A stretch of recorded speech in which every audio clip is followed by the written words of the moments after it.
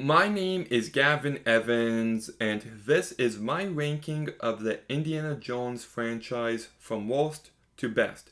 And this video will have spoilers for every Indiana Jones movie, including the newest one, so there's your warning. But yeah, let's just get to it. The worst one. You know what it is. I know what it is. It's the Dial of Destiny. This movie's a raging pile of shit that's nowhere near the level of quality as the other movies. I watched this movie a day ago and I already forget most of it. It just leaves no impression. It's just a very forgettable and dull and boring movie. And my goodness, there is no justification for this movie being as long as it is. It is relentlessly dull, but I just really hated how they treated the character of Indiana Jones. Like when we cut to present day, and the first thing he does is to bang on his neighbor's door and to tell them to keep it down. I'm like, really? You've done this to the character? You couldn't do it better, really? And even the way he talks in the flashback, like, Baz, Baz, Baz. It sounded like an over the top caricature of Indiana, and he doesn't get better, unfortunately. He never felt like the character I know and love, and whenever he's doing some crazy stunt like jumping from one vehicle to the next and it cuts to a different angle, you can always just tell it's a stuntman, and it completely took me out of the movie. And the fact that they took away his happy ending of the Kingdom of the Crystal Skull just feels like a big fuck you to the character and to the franchise. And then they try to have him have a happy ending with Marion again, but Indiana had no agency over that. And it's just like, why is this ending any different from the last ending? It just feels like you're trying to capture the exact same feeling and trying to have a happy ending, even though it feels totally false. And I'll cut back to the ending, but I just hated the treatment of this character. I thought Phoebe Waller-Bridge character was so annoying. Every time she talked, like, oh, I'm gonna see how much I can auction this off for. And then when her ex-fiance gets introduced for that chase, just everything we got in this character, I couldn't stand. I think she's a great actress in Fleabag, but I did not like her in this movie in the slightest. I hate how they had that giant dude. And throughout the entire movie, I'm like, how are they going to take down this dude? And that was the one aspect of the movie I was looking forward to. And the little dude just knocks him off a bridge and handcuffs him to a pipe and he drowns. I'm like, that's it? That's how you get rid of that guy? Just, they picked every uninteresting direction they could have. And the movie is just visually ugly.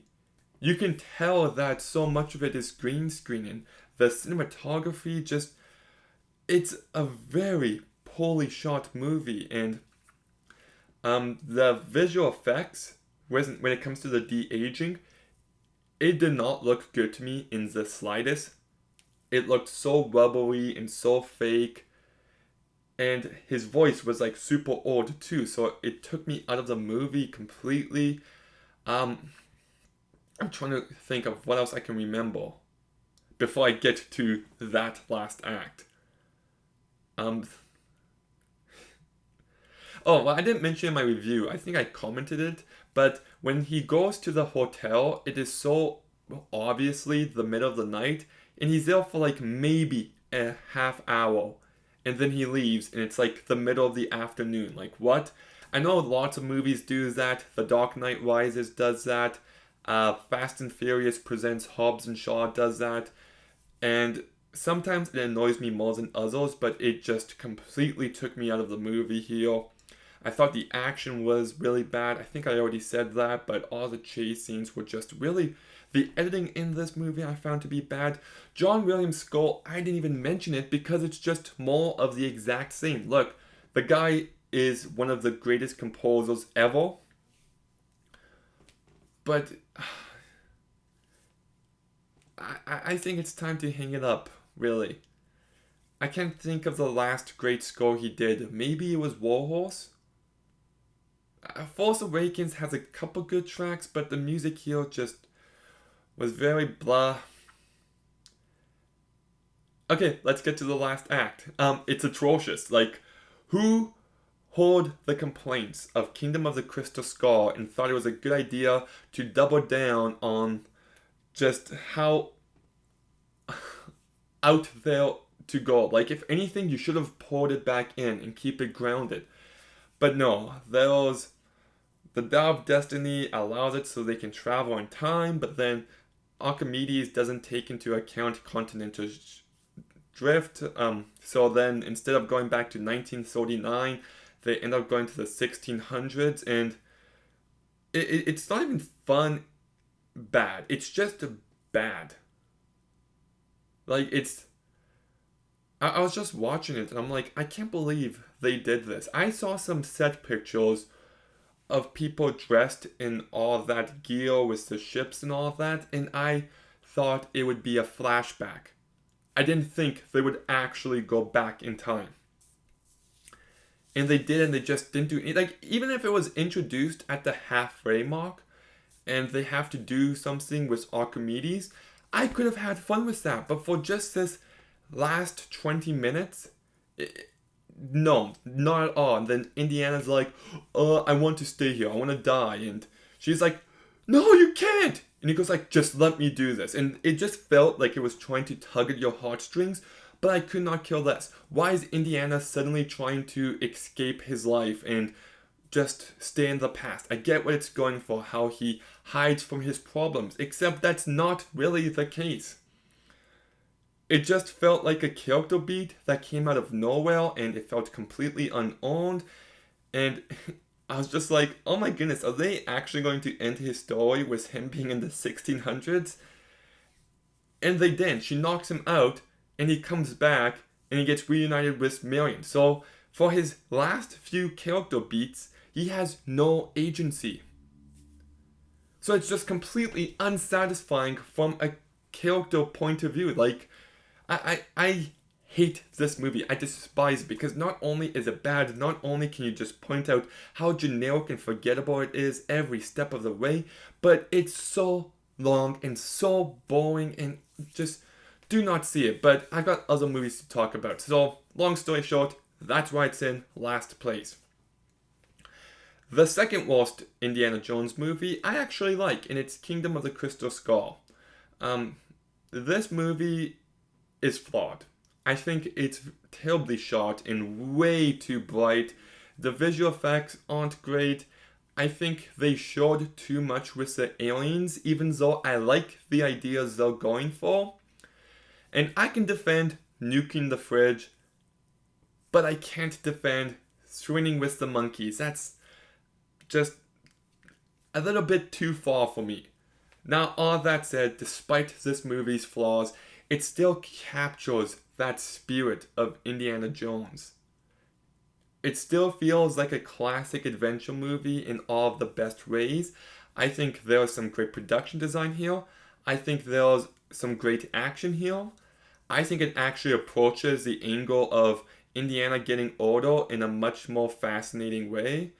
And I also thought the scene with him and Mutt in the bar, where they pick a fight between the greasers and the jocks, was a really terrific moment. And yeah, like, this movie acknowledges Indiana aging, but it's still delivered in a classic, fun adventure movie with the magic that Spielberg brought to this franchise. So yes, that's why it's the second worst. Now, my third favorite, and it actually sucks to put this movie this far down because I love it. And I would love to be a contrarian and put Temple of Doom at number 1. But I really don't like Willie. The romance doesn't work for me in any way. And it takes a little bit to get going. But once the movie gets going, it's perfection. I think this is the best directed movie out of all of them.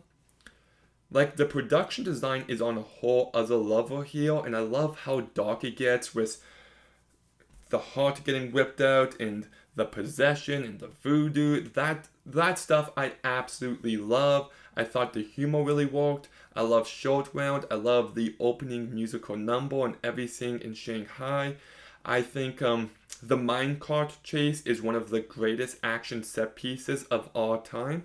And everything on the bridge I also really love. So there's so many great moments. It's got that classic adventure feel. Harrison Ford does a great job. Villain's a bit lame as well. So it's flawed, but I still love everything else in this movie so very much. And it sucks that I can't put it higher. But my second favorite Indiana movie is Raiders of the Lost Ark. And it's just a classic. It holds up in every way, and from the opening scene of him replacing the golden idol with the bag of sand and the booby traps going at them and then the border outrunning that, you just know you're in good hands with this movie and it just never lets up. It's a very tightly paced movie. It's always moving, and I thought the backstory of the Ark was very well explained. The musical score by John Williams is absolutely incredible, especially the map room bit. I thought the action in this movie is great, whether it's the truck chase or the plane fight. And I love the last little bit of this movie with the faces melting. It terrified me as a kid, and these original three movies got like a creepiness to them that the new one was completely lacking, and it's just very nice. Like everything with the snakes and all that adds some nice creepiness. The guy's hand getting a bit melted adds quite a bit, and it's just a total blast of a movie with a great script, some hilarious moments. The coat hanger scene, the dude getting shot, it cracks me up. The cast is great. It's just a perfect adventure movie. But if you've done the math, you'll know that The Last Crusade is my favorite. For a couple reasons.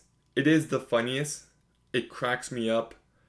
Sean Connery is an utter delight in this movie, and his chemistry with Harrison Ford is so perfect. They really feel like a father-son duo. I think the movie's also got some terrific action set pieces. I love the prologue with young Indiana. I love the scene when they go underneath the library and the boat chase that follows. I love, what's it called? The tank scene. I thought that was really great. And the last act, when they gotta get past the booby traps and all that, is really great. But you've also got some of the best character work in this movie. Well, Indiana gives up the grail and takes his father's hand. It's a very satisfying note to end this character on, where he realizes what's really important in life. And it's a great subversion of who he is, but feeling completely owned and just being a terrific send-off. And between the action, the comedy, the performances, that scene when the dad shoots their own plane, and he's just like, they got us. It's just comedy gold. So yeah, that's why it's my favorite. So long story short, the fifth one is terrible, it's unwatchable, it's boring. Kingdom of the Crystal Skull, heavily flawed, but still entertaining enough. Temple of Doom is flawed, but delivers on some incredible moments and just so much greatness there. Raiders of the Lost Ark is just a perfect adventure movie that only gets edged out by Last Crusade based on the chemistry of the father and son. But that's my ranking. What's yours? I expect a lot of people to have the exact same ranking. I don't think my list is all that surprising, but still, let me know in the comments down below. Make sure you like, comment, subscribe. Stay tuned for more videos soon, and Gavin out.